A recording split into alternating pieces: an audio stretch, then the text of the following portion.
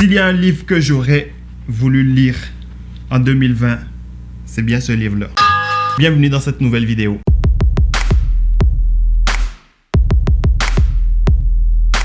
Donc, Penser comme un moine, ce livre est fait pour toi si tu es du genre à stresser tout le temps, à avoir des pensées négatives, à toujours t'imaginer les pires scénarios dans toutes les situations. Ce livre-là est pour toi. Si tu vis une vie stressante, tu es constamment sous la pression, je sais pas, au travail, dans la société, dans ta vie quotidienne, tu vas trouver de belles choses ici qui vont t'intéresser. Sans plus tarder, on va y aller là-dedans. On va plonger dans ce livre-là pour voir c'est quoi les belles idées qu'on peut trouver ici. D'abord, penser comme un moine. Pourquoi penser comme un moine, tu me dirais? Si tu veux apprendre à jouer au football, tu vas demander à Lionel Messi, n'est-ce pas? Tu veux jouer au basketball, tu vas demander à qui? À LeBron James, à Michael Jordan, parce que c'est eux les pros. C'est les spécialistes, c'est les experts. Mais maintenant, si tu veux maîtriser ce qui se passe ici, si tu veux être apaisé dans ton esprit, si tu penses méditation, à qui tu penses? Évidemment, tu penses aux moines. Quand ils se réveillent chaque matin, c'est ce qu'ils font. C'est les experts dans ce domaine-là, dans le domaine de la maîtrise de son mental. C'est pour ça que Jay Shetty, qui est l'auteur du livre, préconise de penser comme un moine pour résoudre nos problèmes. Pendant qu'on y est, qui est Jay Shetty? Jay Shetty, c'est un gars avec un parcours atypique, un parcours intéressant. Imagine-toi un gars qui finit de faire son MBA dans une grande université prestigieuse de Londres. Puis au lieu de mettre sa petite cravate et puis d'aller gagner son salaire à 6 chiffres, il décide plutôt de devenir moine.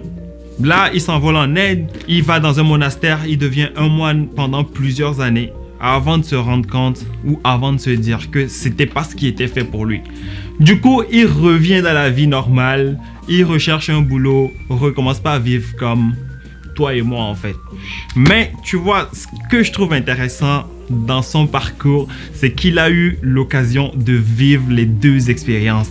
Il a eu cette capacité-là qu'il a acquise quand il était moine et a réussi à l'appliquer dans sa vie quotidienne. Ce qui le rend assez crédible pour parler de ce sujet-là, à mon point de vue. Donc, l'objectif globalement de ce livre-là, c'est de te permettre d'acquérir ces capacités-là ou de profiter de ces capacités de moine pour vivre une meilleure vie, pour vivre une vie sans stress, pour vivre une vie sans négativité, pour être apaisé mentalement, pour te sentir mieux dans ton corps. Et moi, j'aime beaucoup cette idée-là. C'est comme un petit raccourci, tu vois. C'est comme si on me disait que je pouvais aller dans l'espace sans avoir à être astronaute. Tu vois, c'est ce qui m'a catché sur ce livre-là. Maintenant, dans cette vidéo, tu t'imagines que je ne vais pas te lire tout ce livre. Ce que je vais faire, c'est que je vais sortir les idées que j'ai trouvées vraiment utiles dans ce livre-là. Je vais te dire un petit peu ce qui se passe dans le livre.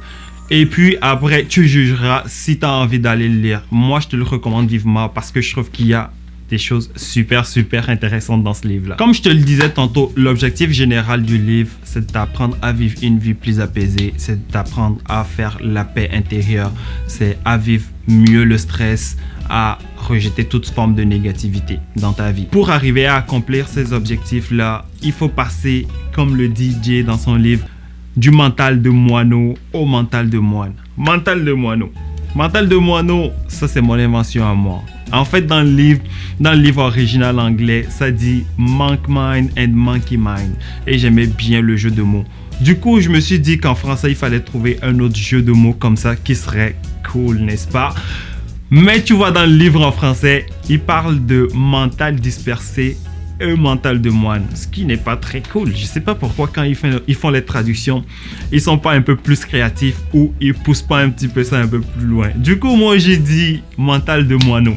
Donc, dans ce résumé, je vais parler de mental de moineau et mental de moine. Donc, comment on passe de mental de moineau au mental de moine. D'abord, je t'explique c'est quoi le mental de moineau. Le mental de moineau, c'est le mental qui est vraiment distrait, qui est éparpillé partout, qui se plaint tout le temps, qui est très négatif, qui chiale de tout, qui est jamais content. Tu sais, qui est vraiment mal, qui se sent pas bien. Alors que de l'autre côté, on a le mental de moine. Le mental de moine, c'est le gars qui est vraiment apaisé. Il est en contrôle. Il contrôle tout ce qui se passe dans son esprit. Il ne préfère pas le bénéfice à court terme par rapport au bénéfice à long terme. Maintenant, pour passer du mental de moineau au mental de moine, le livre le fait en 3 grandes parties. Première partie, lâcher prise. Deuxième partie, grandir. Troisième partie, donner.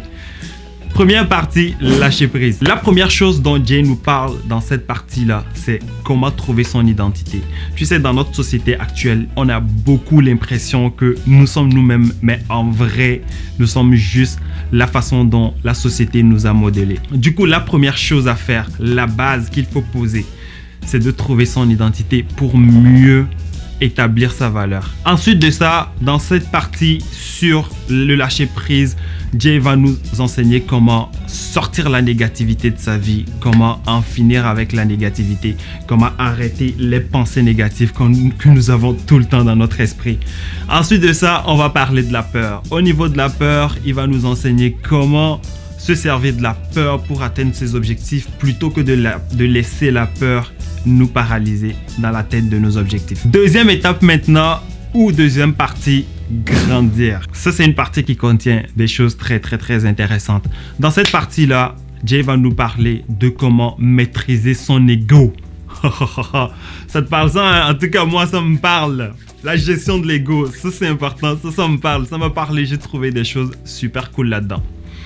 Donc, on va apprendre à gérer notre ego. Ici aussi, Jay va nous apprendre à trouver notre mission de vie. Tu sais, moi, profondément, je l'ai toujours pensé que chaque personne sur cette terre est venue pour accomplir une chose précise. Donc, c'est super important pour de trouver sa mission de vie. Ensuite de ça, Jay va nous montrer comment entraîner son esprit. Ça aussi, c'est une partie que j'ai vraiment kiffé parce que tu sais, ce que j'ai beaucoup aimé dans ce livre-là aussi, c'est le fait qu'à chaque point, à chaque chapitre, il va donner des exercices pour vraiment mettre en pratique ce qu'il dit. Du coup, tu vois, sur la partie entraîner son esprit, il y a vraiment de belles choses pour entraîner son mental chaque jour qui vient. Et ça me donnait une idée, c'est que je pourrais par exemple prendre les exercices qu'il donne, les faire ces expériences-là et puis venir faire des vidéos ici pour te dire comment j'ai trouvé ça, comment ça s'est passé pour moi, pour peut-être te donner des idées aussi.